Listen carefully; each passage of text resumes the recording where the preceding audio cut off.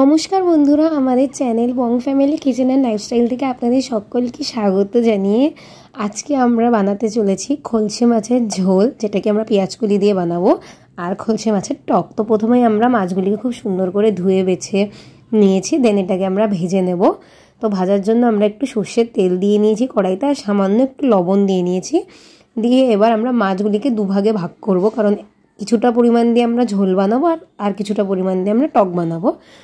তো দুবারের মাছটাই আমরা এপিট ওপিট করে দুবার করে দিয়ে ভেজে নেব। একটু লাল লাল করে ভেজে নেবেন, তাতে দেখতেও খুব সুন্দর হয়। আর আমার একটু ভাজা মাছটা খেতেই বেশি ভালো লাগে।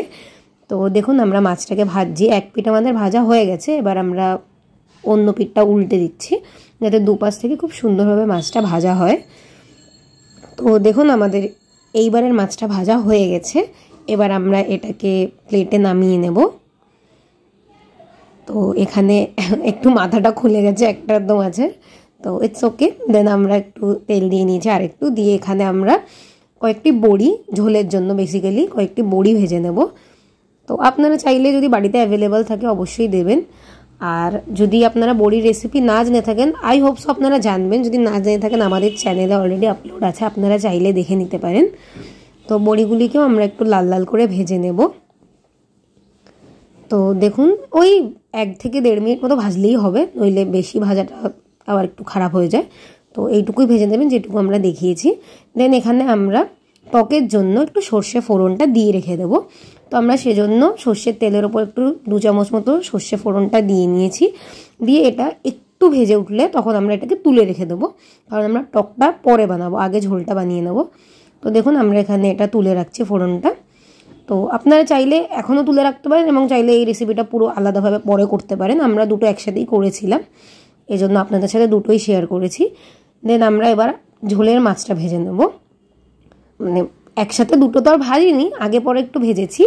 তো আপনারা যেরকম চান করে নিতে পারেন, একবারে ভেজে দুভাগে ভাগ করে নিতে পারেন, বা যেরকম ইচ্ছা আপনারা সেরকম করে নিতে পারেন। তো আমরা একটু বড় সাইজের যে মাছগুলো সেটা ঝোলে দিচ্ছি, আর একটু ছোটো সাইজের যেগুলো সেটা টকের জন্য রাখছি। তো আপনারা আপনাদের পরিমাণ মতো দেখে নেবেন, যেরকম আপনাদের ভালো লাগে। দেন এটাকেও আমি যেরকম বলেছিলাম এপিট ওপিট করে আমরা ভেজে নেব। দেখুন খুব সুন্দরভাবে ভাজাটা হয়ে গেছে, আমি একটু কাট করে দিয়েছিলাম মাঝে। দেন তারপরে আমরা এখানে পেঁয়াজকলি কেটে নিয়েছি, একটু বড় বড় করেই কেটেছি, কারণ এগুলো অবভিয়াসলি খুব ভালোভাবেই সিদ্ধ হয়ে যায়। তো সেজন্য একটু বড় বড় করে কেটেছি। আর এখানে আমরা কয়েকটি কাঁচা লঙ্কা মাঝখান দিয়ে চিড়ে নিয়েছি। তো কাঁচা লঙ্কা আর কালো জিরে ফোড়ন দিয়ে বেসিক্যালি আমাদের ঝোলটা রান্না হবে। আর এখানে আমাদের মাছগুলি ভাজা হয়ে গেছে দেখুন।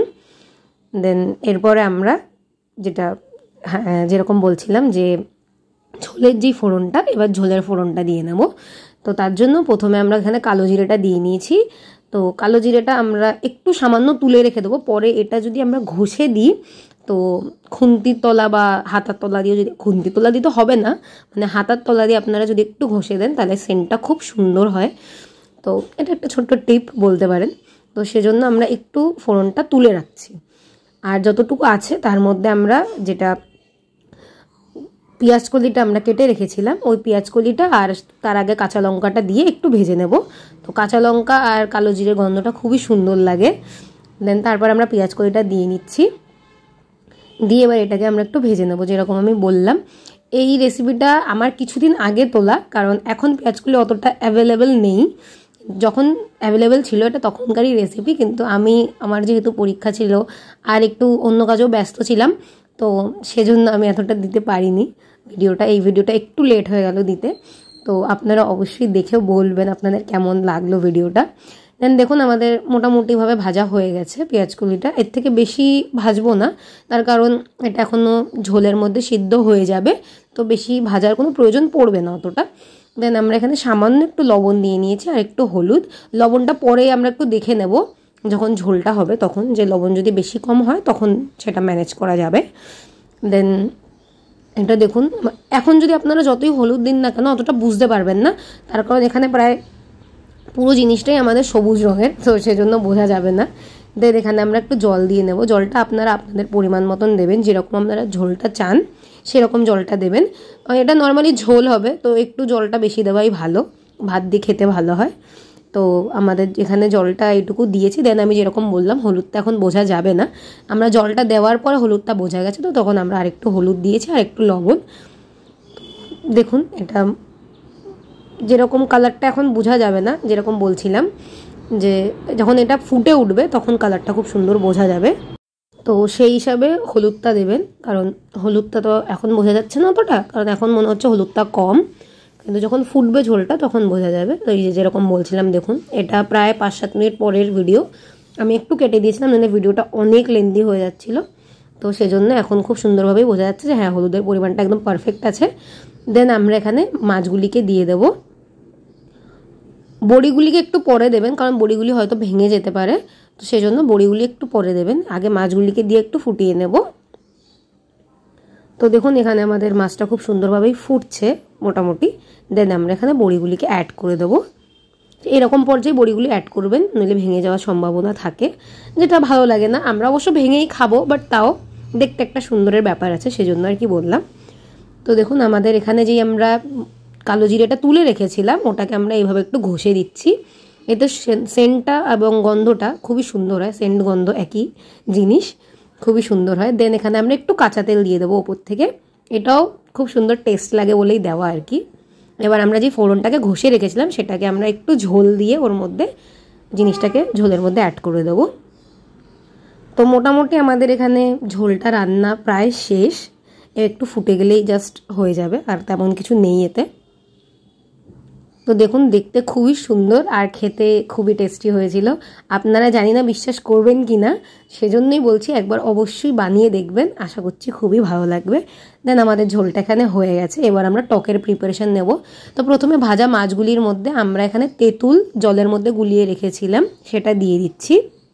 তেঁতুল দিয়েই এই টকটা হবে মেনলি, অন্য কিছু দিয়ে ভালো লাগে না, তো সেজন্য তেঁতুল দিয়ে করার চেষ্টা করবেন। দেন এটাকে আমরা একটু মিক্স করে নেব সুন্দরভাবে, এটা করতে তেমন কোনো কিছু লাগবে না, তেমন কোনো ব্যাপার নেই। দেন এখানে আমরা একটু লবণ অ্যাড করে নিয়েছি, লবণটা আপনারা আপনাদের পরিমাণ মতন দেবেন, কারণ আমাদের টকের পরিমাণটা একটু কম ছিল ঝোলের থেকে, তো সেজন্য একটু পরিমাণটা বুঝে দেবেন। আর একটুখানি হলুদ দিয়ে দেবো, সেটাও রঙটা বুঝে, কারণ এক্ষুনি বোঝা যাবে না, একটু ফুটলেই বোঝা যাবে এটার রঙও। দেন এবার আমরা এখানে একটু গুড় অ্যাড করবো, গুড়টা এই জন্য যাতে টেস্টটা ব্যালেন্স হয়, কারণ তেঁতুলটা যেহেতু টক, তো সেজন্য একটু যাতে মিষ্টি মিষ্টি ভাবটা আসে, জাস্ট সেজন্যই দেওয়া।